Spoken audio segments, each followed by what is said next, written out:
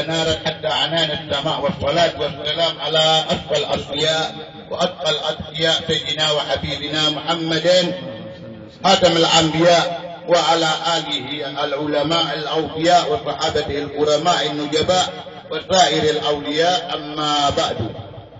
فقد قال الله تعالى: ألا إن أولياء الله لا خوف عليهم ولا هم يحزنون الذين آمنوا وكانوا يتقون. وقال أيضا: إن الذين قالوا ربنا الله ثم استقاموا تتنزل عليهم الملائكة ألا تخافوا ولا تحزنوا وأبشروا بالجنة التي كنتم توعدون.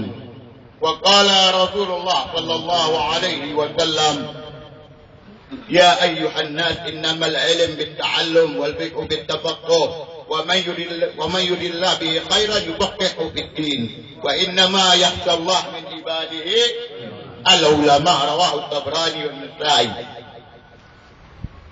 قال الله تعالى: ذلك ومن يعظم شعائر الله فإنها من تقوى القلوب. Dan barang siapa yang mengagungkan syiar Allah, maka itu merupakan suatu ketakwaan hati. Dan di antara syiar Islam bahkan wajib untuk kita agungkan dan muliakan adalah pewaris Rasulullah, yaitu para ulama, yang mana lewat mereka lah kita dapat mengenal syiar-syiar Allah. Bahkan lewat mereka lah kita dapat mengenal Allah dan Rasulnya, serta apa yang telah dibawa oleh baginda Rasulullah sallallahu alaihi wasallam. Para ulama telah dimuliakan oleh Allah dan Rasulnya di dalam Al-Quran dan di dalam hadis Rasul sallallahu alaihi wasallam bersabda. Di dalam Al-Quran Allah berfirman: "Qul hal yastawi alladziina ya'lamuuna wal ladziina la ya'lamuun." Artinya, katakanlah, adakah sama orang-orang yang mengetahui dengan orang-orang yang tidak mengetahui? Yarfa'illah alladziina aamanu minkum wal ladziina utul 'ilma darajat wallahu bima ta'maluna khabir. Artinya, niscaya Allah akan meninggikan orang-orang yang beriman di antara kamu dan orang-orang yang berilmu beberapa derajat, dan Allah Maha mengetahui apa yang kamu kerjakan. Maka sudah sewajarnya lah dan selayaknya lah untuk kita memuliakan dan mengagungkan mereka. Apalagi di saat ini kita saksikan orang yang hidup di zaman kita sekarang telah banyak melupakan, apalagi untuk meneruskan perjuangan mereka. Maka kami mencoba untuk mengangkat dan menghidupkan kembali sejarah kehidupan orang alim di kalangan kita, orang ulama besar yang ada di kalangan kita, yang beristiqomah dan penuh dengan keikhlasan di dalam beramal dan menyebarkan dakwah Islamiyah yang diemban dari warisan kakek-kakeknya sampai ke baginda Rasulullah sallallahu alaihi wasallam. Syekhul Masyayikh Al-Allamah Al-Arif Billah Ad-Da'i ila Allah wad-dal alaih Al-Habib Al-Barakah Syekhuna wa murabbi ruhina wa ka'bah qulubina Al-Habib Muhammad bin Husain bin Umar bin Syihabuddin. Sekilas tentang ayah dan kakek beliau Al-Habib Husain bin Umar bin Syihab. Ayah beliau adalah seorang alim yang sangat kuat ilmunya dan merupakan sosok seorang tokoh Alawiyin yang benar-benar mengikuti jejak para salafnya. Hal ini nampak jelas dengan perhatian beliau kepada ilmu dan ibadah. Al-Habib Husain dan saudaranya di bawah bimbingan ayahnya dididik dengan kecintaan yang tinggi terhadap ilmu dan ulama. Beliau didekatkan dengan para ulama dan para aulia untuk mendapatkan ilmu dan keberkahan daripada mereka. Di antara para ulama aulia tersebut adalah Sahibu Simtud Duror Al-Arif Billah Waddal Alaih Al-Habib Al-Qutub Al-Habib Ali bin Muhammad bin Husain Al-Habib. Juga saudara beliau Al-Habib Al-Arif Billah Syekh bin Muhammad bin Husain Al-Habib. Kedekatan Al-Habib Husain bin Umar dan ayahnya Al-Habib Umar tergambarkan dalam wasiat yang pernah ditulis oleh Al-Habib Ali Al-Habsyi kepada Al-Habib Husin bin Umar dan ayahnya Umar bin Husin. Beliau Al-Habib Umar bin Husin sebagaimana termaktub di dalam kitab Wasayah wal Ijazah Al-Habib Ali Al-Habsyi.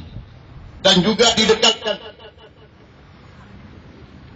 dan juga kedekatan ini tampak jelas dengan menikahkan Al-Habib Husin. Al-Habib Husin dengan keponakan Al-Habib Ali Al-Habsyi, yaitu anak daripada Al-Habib Syekh, guru beliau sendiri, guru daripada Sahibul Hal. Kakeknya pernah dinikahkan, ayahnya pernah dinikahkan kepada putri daripada Al-Habib Syekh, akan tetapi tidak mendapatkan keturunan. Hubungan erat berlangsung terus sampai setelah wafatnya Al-Habib Ali Al-Habsyi pada tahun 1333 Hijriah.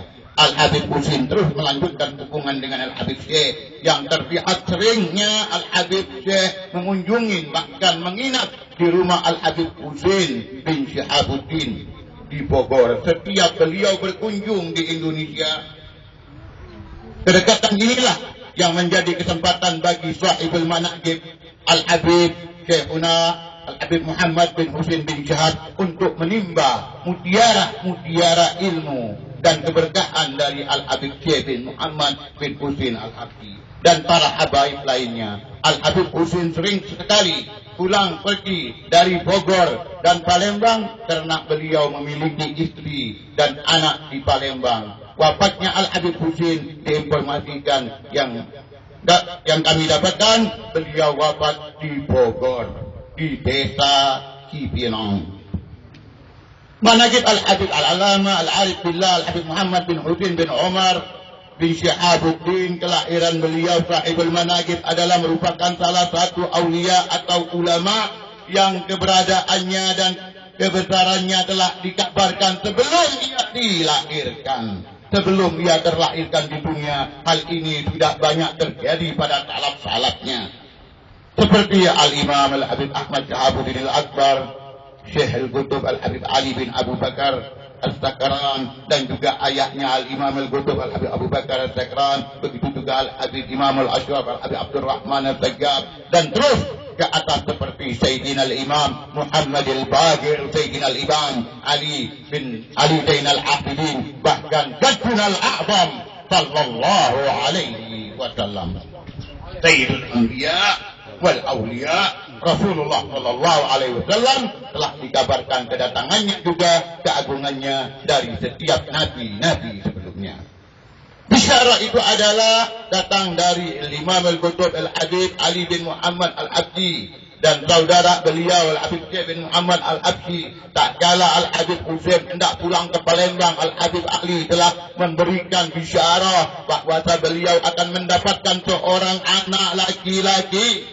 Lalu berikanlah anak tersebut bila lahir dengan nama Muhammad bin Husin. Jadi Al-Habib Ali mempunyai ayah bernama Al-Habib Muhammad bin Husin. Al-Habib Syekh guru beliau pun juga mempunyai ayah Muhammad bin Husin Al-Habsyi. Maka Al-Habib Husin muridnya ini tak kalah mau pulang ke Palembang, dia diberikan bisyarah kabar gembira beliau akan dapat anak. Beliau namanya Husin, bila dapat anak nanti namailah Muhammad bin Husin, sesuai dengan nama orang tua dari gurunya, yaitu Al-Habib Syekh bin Muhammad bin Husin Al-Habsyi.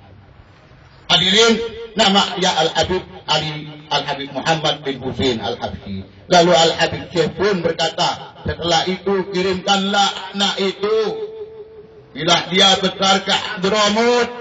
Jadi kesemangatan untuk mengirim anak itu memang dari leluhur kita. Dari leluhur kita. Seperti Al-Habib Husin bin Alwi mengirimkan anaknya Al-Habib Zainal Abidin bin Husin. Itu kesemangatan karena kecintaan. Begitu juga Sahibul Hal dikirimkan ayahnya yang bernama Husin mengirimkan anaknya Muhammad bin Husin ke Hadramut ini dari permintaan gurunya. untuk Hadramut, untuk dididik oleh beliau dan para ulama yang ada pada saat itu. Al-Habib Muhammad bin Husain dilahirkan di kota Palembang pada tahun 1911 Masehi bertepatan dengan tahun 1329 Hijriah. Sebelum wafatnya Al-Habib Ali Al-Habsyi, ibu beliau bernama Syarifah Ruqayyah Barakbah. Nasab beliau bersambung pada orang-orang mulia. Dari ayahnya, kakeknya, terus sampai kepada Rasulullah Sallallahu Alaihi Wasallam. Semua orang besar hal ini banyak terjadi pada kalangan salaf saleh, terutama pada kalangan Al-Ba'alawi. Sering terdengar bahwa di antara mereka Qutb Ibn al-Qutb atau Wali Ibn al-Wali atau Alim Ibn al-Alim. Ini begitulah keadaan daripada leluhur. Adapun nasab beliau Al-Habib Al-Allama Al-Arif Billah Muhammad bin Husain bin Umar bin Husain bin Muhammad bin Abdullah bin Husain bin Abdullah bin Husain bin Muhammad bin Ali bin Muhammad bin Ahmad Syihabuddin Al-Asghar bin Abdurrahman Al-Ghadi Ibn al-Imam Al-Qutb Al-Habib Ahmad Syihabuddin Al-Akbar Ibn al-Imam Al-Qutb Al-Habib Abdurrahman Ain al-Mukashifin Ibn al-Imam Al-Qutb Al-Syekh Ali bin Abi Bakar Al-Sakran Ibn al-Imam Al-Habib Abu Bakar Al-Sakran Ibn al-Imam Al-Ashraf Qutbil Ashraf Qutbil Aqtab Qutbil Aqtab Al-Habib Abdurrahman bin Muhammad As-Sajjad Ibn al-Muhammad Maulad Dawilah. Teruslah nasab ini bersambung sampai Rasulullah Sallallahu Alaihi Wasallam. Pendidikan sahibul manaqib yang pertama dan utama di dalam pendidikan, mendidiknya beliau adalah ayah beliau sendiri Al-Habib ayah beliau sendiri yaitu Al-Habib Husain bin Umar bin Syahab. Kemudian Al-Habib Syekh bin Muhammad bin Husain Al-Habsyi dan yang lainnya lagi daripada ulama yang ada di Hadramut, khususnya di kota Siwon dan Tarim. Di masa kecilnya ia sempat belajar selama beberapa tahun di sekolah Jamiatul Khair Jakarta di bawah bimbingan Al-Allama Al-Habib Abu Bakar bin Ali bin Syihab. Setelah itu dia dibawa oleh ayahnya ke Hadramut, tepatnya ke kota Siwon untuk belajar kepada Al-Habib Syekh bin Muhammad Al-Habsyi dan para ulama lainnya. Al-Habib Muhammad berada di Hadramut kurang lebih bukan sebentar, kurang lebih 16 tahun lama. Kurang lebih 16 tahun lamanya. Sahibul manaqib dengan kesungguh-sungguhannya yang dilandasi dengan niat salehah dan dibarengin dengan adab yang sangat tinggi, telah mampu mengambil ilmu dan keberkahan serta rahasia dari guru-gurunya dan juga dari tempat-tempat yang penuh keberkahan dari peninggalan para salaf kita, seperti yang dikatakan al-habaib al-habaib tubi wa asraruhum bagi. Para habaib itu wafat, akan tetapi rahasia mereka tetap ada. Bahkan sebagaimana yang diceritakan oleh guru-guru kita, Al-Habib Muhammad sempat cukup lama mengajar di kota Tarim. Dalam usia 20 tahun sudah dapat izin untuk mengajar di Hadramut oleh gurunya Al-Habib Syekh bin Muhammad bin Husain Al-Habsyi. Bukan baru mau belajar, tetapi sudah diizinkan untuk mengajar di Siwon di Hadramut. Adapun guru-guru serta ulama yang telah diambil ilmu darinya, yaitu Al-Habib Husain bin Umar bin Syihab, ayah beliau sendiri, dan Al-Habib Syekh bin Muhammad bin Husain Al-Habsyi di Siwon, Al-Habib Ahmad bin Abdurrahman As-Sajjad di Siwon.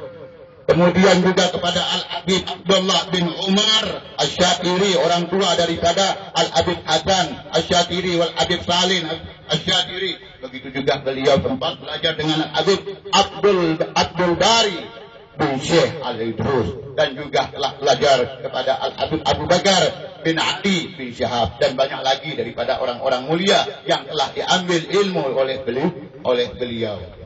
Kegiatan dakwah beliau, adapun kegiatan dakwah dan mengajar di Palembang telah beliau mulai semenjak beliau pulang dari Hadramut. Beliau telah membuka rumah beliau yang berada di Kampung Limaulu sebagai majelis taklim. Dan selesai itu tak terhenti-hentinya orang-orang berdatangan ke tempat beliau, entah dari kalangan masyarakat awam dan para asatid dan kiai-kiai, untuk bertanya tentang hukum-hukum agama, terutama masalah-masalah fikih. Sebab beliau dikenal olehnya, khususnya Habib Alwi bin Ahmad Bahsin, bila ada masalah fikih menanyakan kepada beliau. Menurut pengetahuan saya, di saat tahun 73, 74, 75 saya berada di Riyadh, beliau mengajar di sana. Beliau sering dikunjungi oleh ulama untuk mempertanyakan masalah-masalah yang kurang jelas.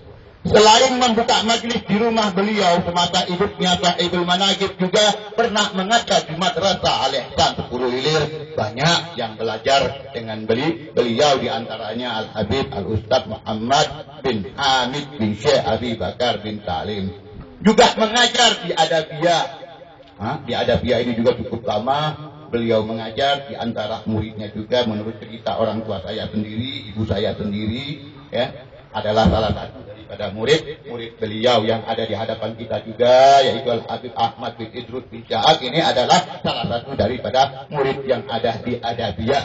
Nah, Pelaju. Nah, kemudian juga di Pelaju serta musallah beliau pun meluaskan dakwah sampai ke daerah Ogan Kemering Ilir.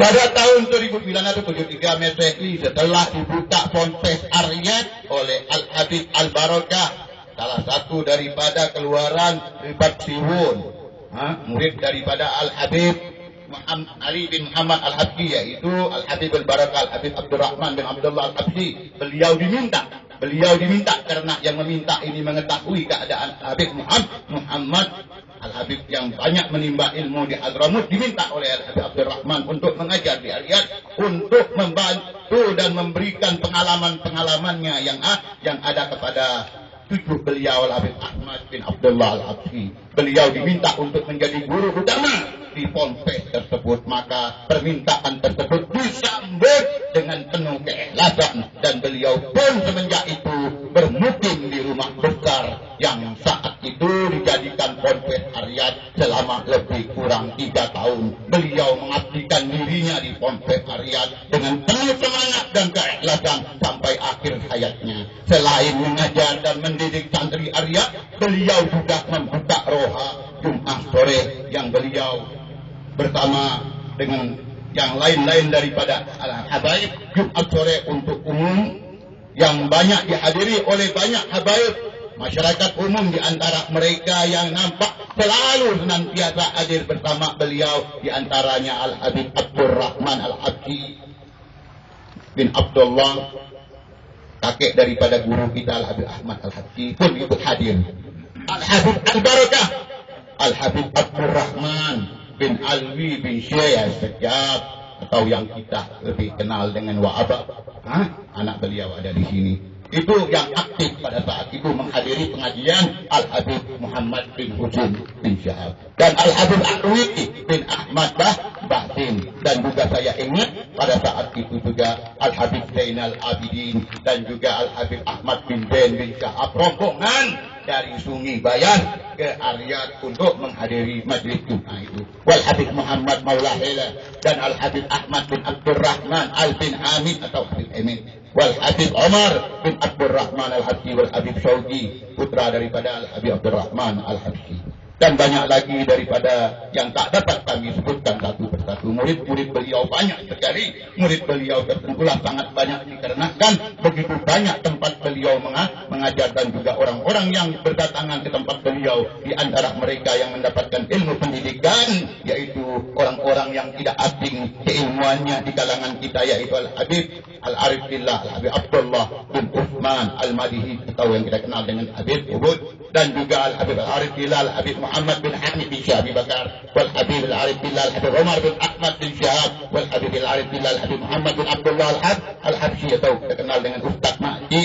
Dan begitu juga Al-Habib Al-Arif Billah Al-Habib Muhammad bin Alwi Bahsin, Ustaz Makji Bahsin, dan wal Habib Arif Billah Ali bin Salim Al-Majhid, wal Habib Abdullah bin Ahmad Al-Kaf, Al-Habib Abdullah bin Ahmad Al-Kaf, atau yang kita kenal dengan Habib Dolaimah, wal Habib al-Aqib billah Ali bin Abdul Rahman Madhib, wal Habib al-Arif billah Ahmad bin Jahab, wal Habib al-Arif billah ad-da'i ila Allah al-Habib Ahmad bin Abdullah al-Habsyi sahib ar-Riyad, wal Habib al-Arif billah al-Habib Ali, adik daripada Ustaz Ahmad guru kita yang banyak memberikan ilmu kepada kita, dan lain-lain lagi daripada ulama, dan lain-lain lagi diantaranya yang kita kenal ad-da'i ila Allah al-Habib Hamid Najib bin Syekh Abi Bakar, wal Habib Ahmad Maubak bin Abdullah Al-Kaf, wal Habib Muhammad Al-Habsyi, wal Habib Hamid bin Umar Al-Habsyi, dan banyak lagi daripada